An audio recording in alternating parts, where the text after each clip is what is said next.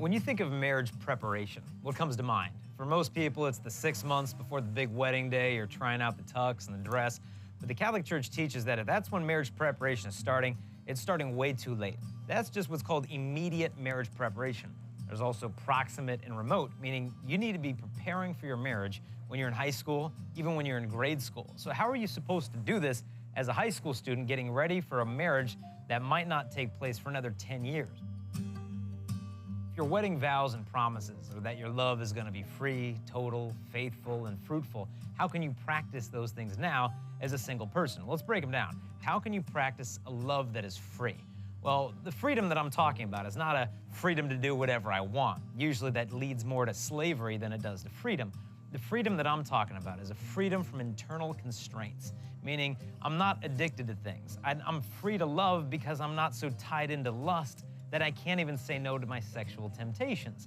Freedom also from, let's say, being addicted to relationships, where I can't even stand on my own 2 feet without a boyfriend or a girlfriend. Because the fact is, if you can't be happily single, then you're not gonna be fully happy within a relationship.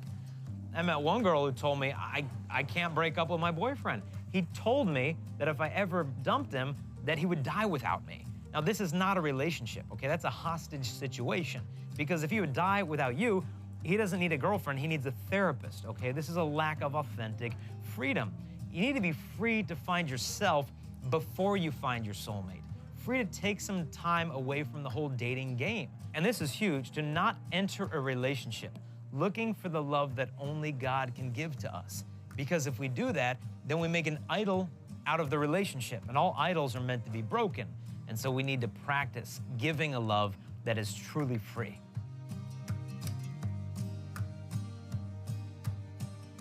Secondly, part of the vow that your love needs to be total. How to practice total love is an unconditional love. You oftentimes hear people saying, look, I love you, I'm just not in love with you anymore. It's like, look, you never loved me to begin with. You loved the feelings that you got from being around them. And we need to be able to graduate beyond the attachment of how the other person makes us feel to the attachment of loving who this person is as a person. And if we can practice doing that as a single person, we'll be more ready to love somebody totally within the sacrament of marriage. And the third part of the wedding vows that we make is that our love is faithful. And to understand, by practicing chastity and purity now, you're actually training yourself in faithfulness. Because if you're gonna get married, then one day you're gonna promise somebody, I'm gonna love you and I'm gonna honor you all of the days of my life. Well, realize today is a day of your life. And by practicing chastity now, you're actually learning the virtues that are gonna hold a marriage together. And it pays off in the end, it really does. I saw this magazine that had a study on over 2,000 married couples. And it said chastity before marriage may have its uses after all. Well, who knew?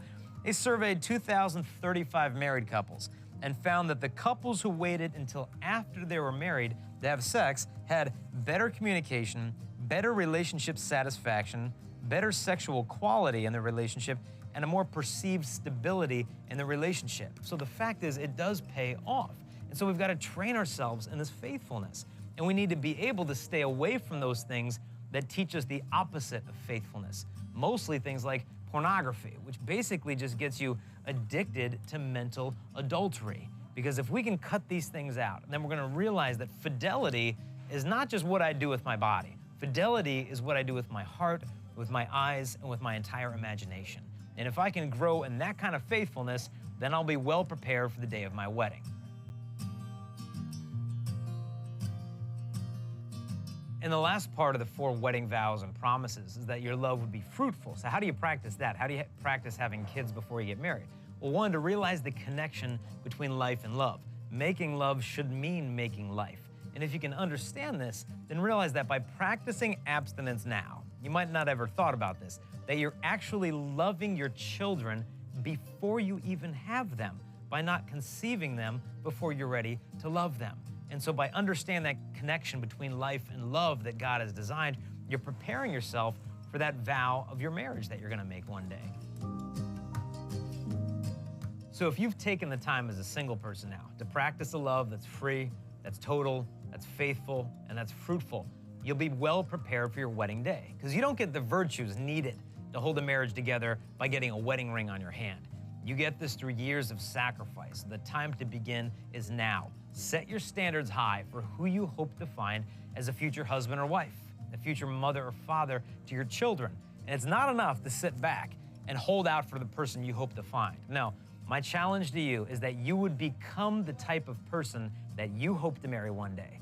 And if you do this, then I really believe you're going to be saving your marriage before you even meet your spouse.